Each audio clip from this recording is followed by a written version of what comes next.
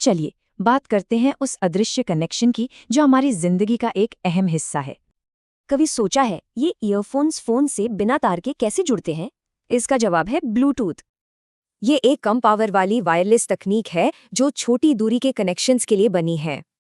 इसकी रेंज आमतौर पर 10 मीटर होती है और ये बैटरी भी बहुत कम इस्तेमाल करता है।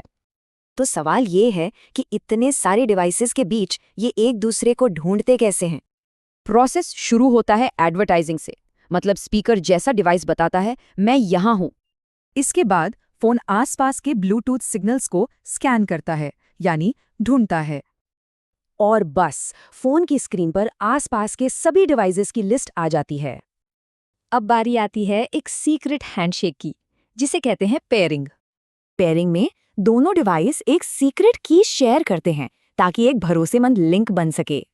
इसके लिए कभी कभी पिन डालना पड़ता है या स्क्रीन पर आए नंबर को कंफर्म करना होता है। एक बार पेयरिंग हो गई तो अगली बार से डिवाइसेस अपने आप कनेक्ट हो जाएंगे।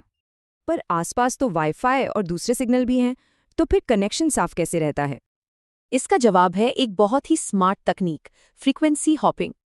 इसमें ब्लूटूथ अपनी फ्रीक्वेंसी को तेजी से बदलता है, हर सेकंड में 1600 बार। इससे वाईफाई जैसे सिग्नल्स से इंटरफेरेंस नहीं होता और कनेक्शन स्टेबल और सिक्योर रहता है। तो डेटा असल में भेजा कैसे जाता है?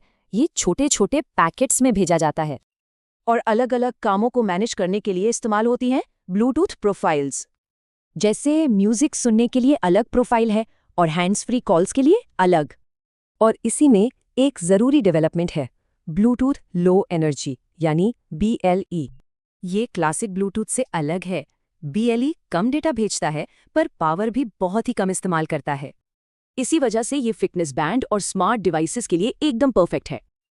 तो संक्षेप में यही है ब्लूटूथ की पूरी कहानी, ऑन होने से लेकर डेटा भेजने तक। ये आसान सी तकनीक हमारी दुनिया को जोड़ती है। सोचिए भविष्य में ये और क्या क्या कर पाएगी।